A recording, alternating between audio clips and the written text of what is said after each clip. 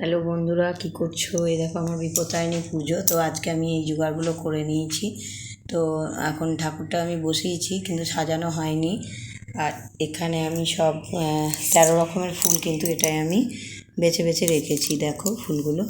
তো 13টা ফুলই পেয়েছি, কিন্তু আরও বেশি পেয়ে গেছি, তো ওটা রেখে দিলাম আলাদা। আর এখানে আমি জবাগুলো বেছে নিয়েছি, ধুবো। তারপরে তোমার বেলপাতা 13টা সব আমি গুনে গুনে নিয়ে নিয়েছি। আর এখানে সুতোটা সব করে নিলাম। আর এখানে এরকম মিষ্টিগুলো 13 রকমই লাগে, তো এক্সট্রা এনেছে আরও, তো ওটা প্যাকেটে থাক। আর এখানে তো 13টা ফল নিয়েই নিয়েছি। আর এখানে ফুলগুলো আলাদা রেখে দিয়েছি। এটা আবার কেন গোনা হয়ে গেছে, এই কটা গোনা, এটা তো ব্রতের জন্য লাগে, তাই কারণে ঘর বসে গেছে। এবার আমি সাজাবো ঠাকুরকে, মাকে। আর তোমার হচ্ছে এখানে আলপনাটা নিয়ে নিয়েছি, একটু দিয়ে দেবো যতটা পারি। আমি সেরকম ভালো পারি না, তো দেবো, চেষ্টা করবো। তো দেখো আমি কেমন করে সাজাই। দেখো আমি সব সাজিয়ে নিলাম ফুলগুলো, জানো তো, সাজিয়ে আলপনা টালপনা দিয়ে তারপরে এবার আমি পুজোয় বসে যাব। তো দেখো কেমন সাজিয়েছি। এই যে বিপত্তারিণী মায়ের ছবিটা।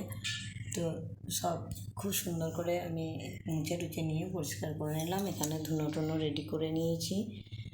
আর এখন আমি এবার আর একটু কাজ আছে, ওগুলো কাজটা সেরে নিয়ে তারপরে আমি বই টই পড়ে নিয়ে করবো, পুজোটা হয়ে যাবে।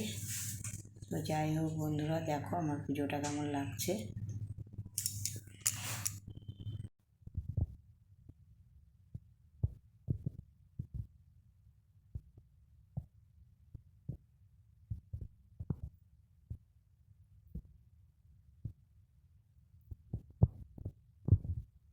আমি এই দিকটায় পুজো করতে শুরু করে দিলাম, এইদিকে পুজোগুলো করে নিলাম। গপু টপুকে খেতে দিয়ে এই করে সব করতে তো হবে, এদের চান টান করিয়ে ড্রেস পাল্টিয়ে দিলাম, দেখো।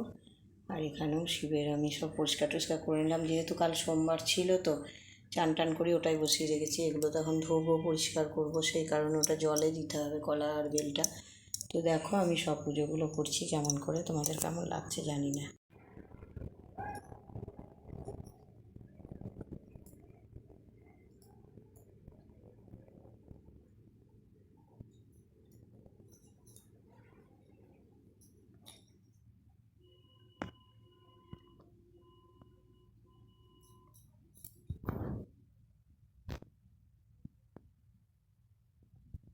পুজোটা শেষ হলো, কেমন লাগছে তোমরা বলবো পুজোটা।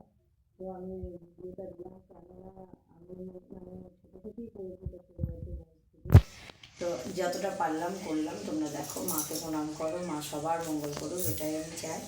সবাই ভালো থাকো।